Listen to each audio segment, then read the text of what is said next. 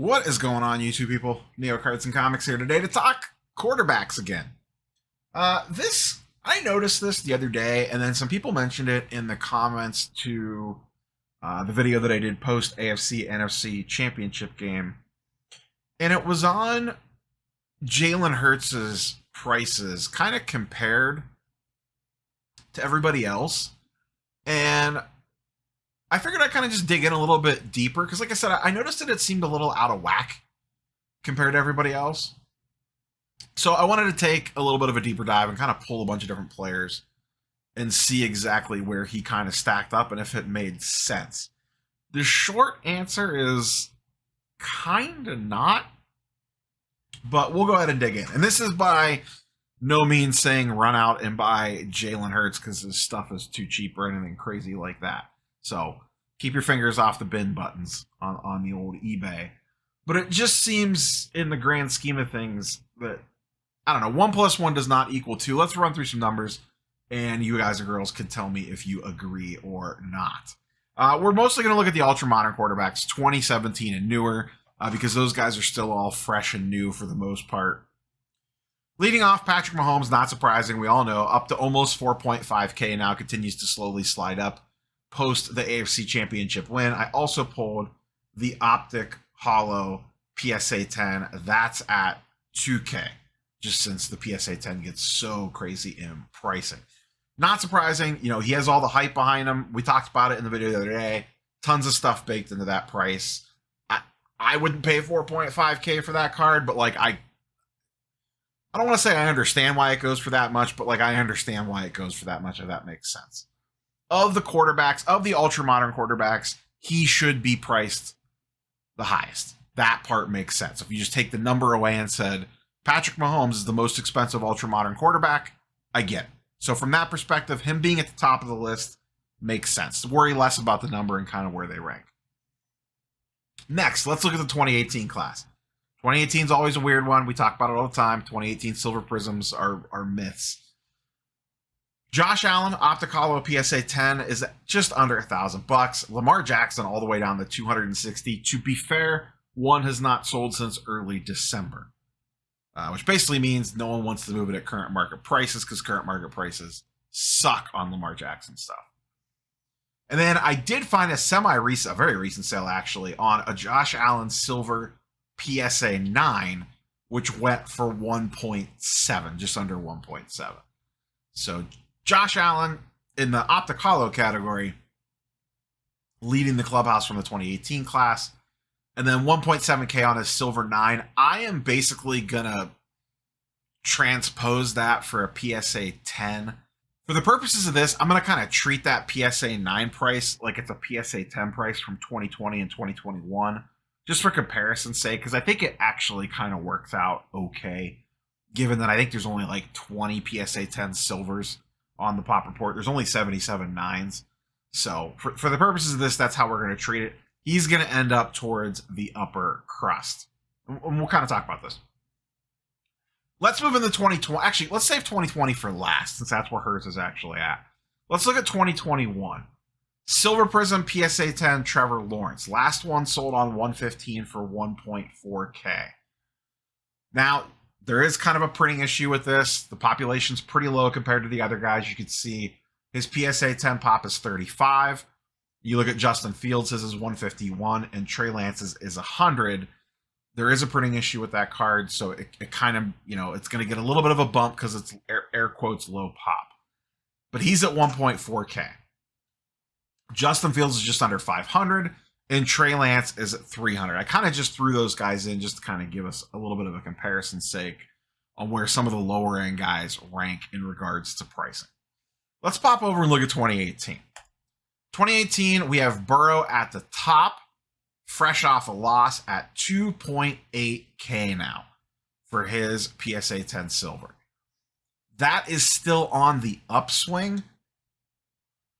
One, we don't have a good sale post the downswing since the loss. So I don't want to bake too much into that number, but regardless, that's a pretty big number. And even if you go back, I went back 30 days on this. 30 days ago, it was still selling for over $2,000. Okay. Next, we have Herbert at 1.8K. Fairly recent sale. So just under 2K. And then we have Jalen Hurts at just over 1,000. And this is after almost a $100 increase from winning the NFC Championship game. That just doesn't. Once again, I'm not saying $1,000 is a good price to go buy. I'm just looking this in the order that these guys kind of rank out price wise. Hurts being after Mahomes makes some sense. Then you still have Burrow, Herbert, and Allen in front of them, and then a pretty big drop in price down the Hurts. And you look under that, we have Tua at $340. Obviously, concussion concerns, injury concerns, whole 9 yards there.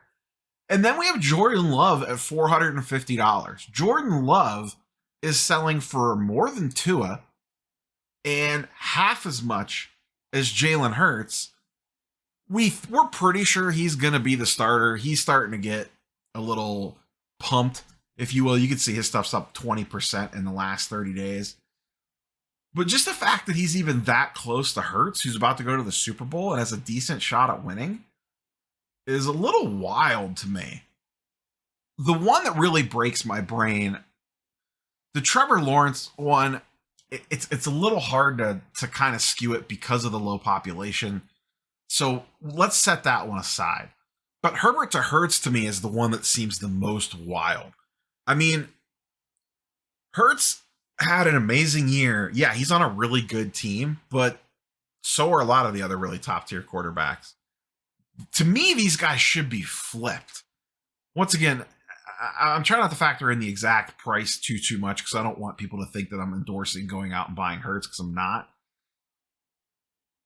But just the fact that there's that big of a price gap between them seems wild to me.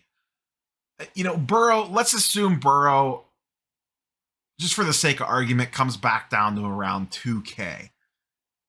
You know, should Burrow still be above Hurts? I guess my question to you all, what's your order in regards to pricing tier? Mahomes is clearly number one. After that, I think it's probably going to be Burrow, justifiably so or not. He's sitting at home. Hurts and Mahomes aren't. But Burrow just has a ton of hobby love. Joe Cool, the whole 9 yards. He's got Jamar Chase that he throws to. All that nonsense. So I could kind of see from a popularity perspective, and really, that's almost what, I mean, that's not almost, that's what this really boils down to. Sports cards is less about the actual stats and performance on the field than it is a popularity contest. And people were talking about this in the comments of, I don't remember if it was my last video or the one before it, but a recent video. So people were kind of chatting about this. And that's really the truth. If it was really about who puts up the best numbers and who the best players are in basketball anyways, Joker and Embiid stuff would outsell everybody else's. They're monsters. They're absolute monsters, but big men get no hobby love, so they sell for half of Luka, Giannis, and those guys. And I guess Hurts is just not that popular for whatever reason. You know, once again, so we have Mahomes, we have Burrow. I think it should be Hurts next, given that, you know, he's got a shot to win a Super Bowl. Then I would probably put Allen. Allen and Hurts, you could probably argue side by side. And then I would almost have, it's tricky because of the population count.